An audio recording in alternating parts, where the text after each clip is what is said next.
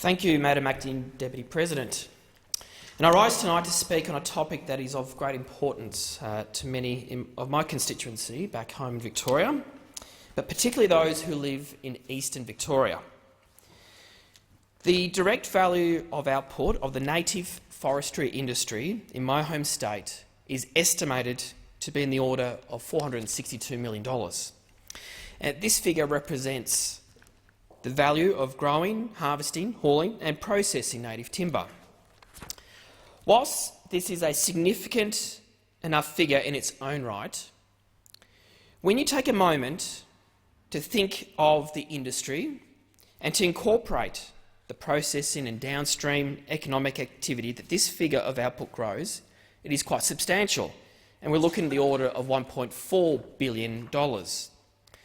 And I don't think I need to tell anyone in this place just how substantial $1.4 billion industry would be to anyone in any part of regional Australia. In the context of this industry in Victoria and across Australia, we're looking at around 5,000 jobs. The workers who hold these jobs exist in all parts of the supply chain.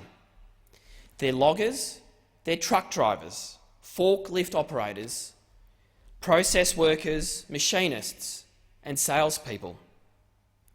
They're full-timers, part-timers, casual workers and apprentices.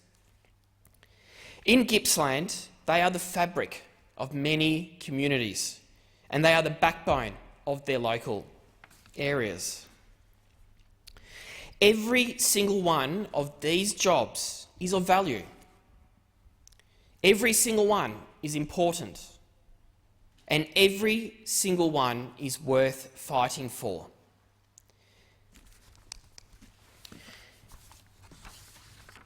Every kind of worker is important in some way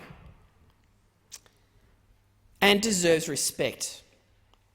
And anyone who works for a living deserves respect from our community.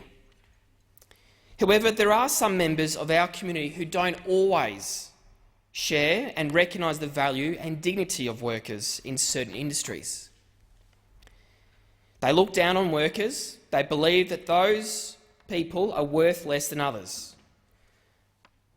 Workers in industries such as forestry, resources and agriculture are not always offered the same respect and acknowledgement that I believe that they are owed.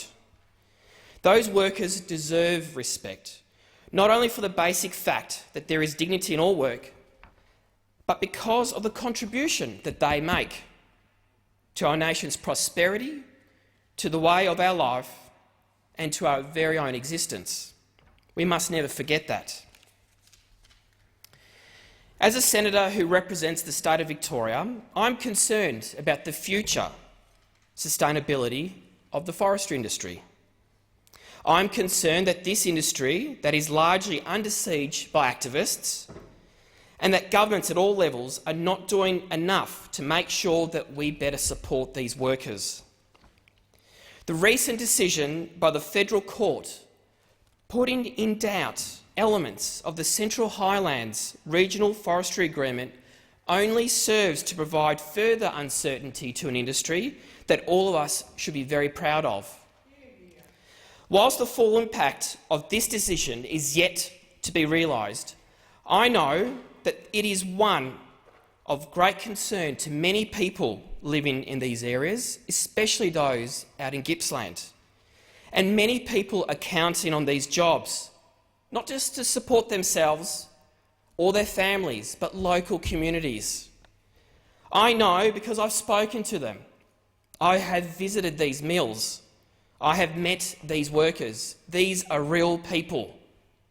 I have seen firsthand that this industry is sustainable, despite what we might hear from the Australian Greens.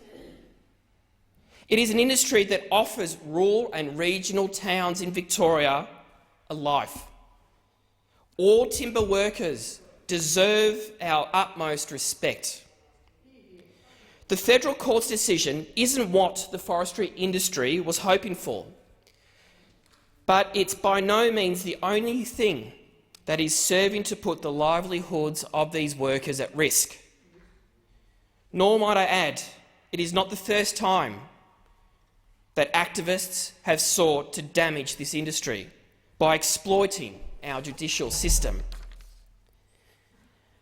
A report by Deloitte Access Economics in 2017 found that the demise of the Victorian native forestry industry would have significant impacts beyond its mere economic footprint.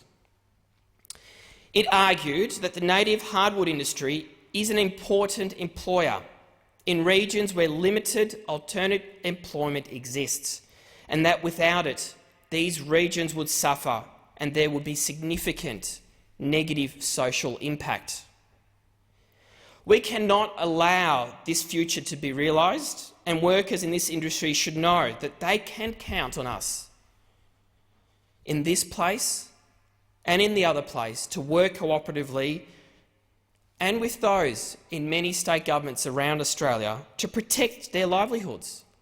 After all, that is why people elect us to Parliament. And we should also honour the dignity of their work.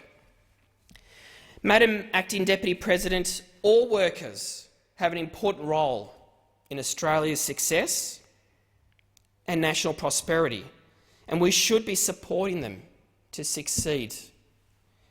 There is nothing to be gained in undermining the industries that they belong to or attacking these workers for simply making a living. For creating wealth and bringing stability to the future of our nation.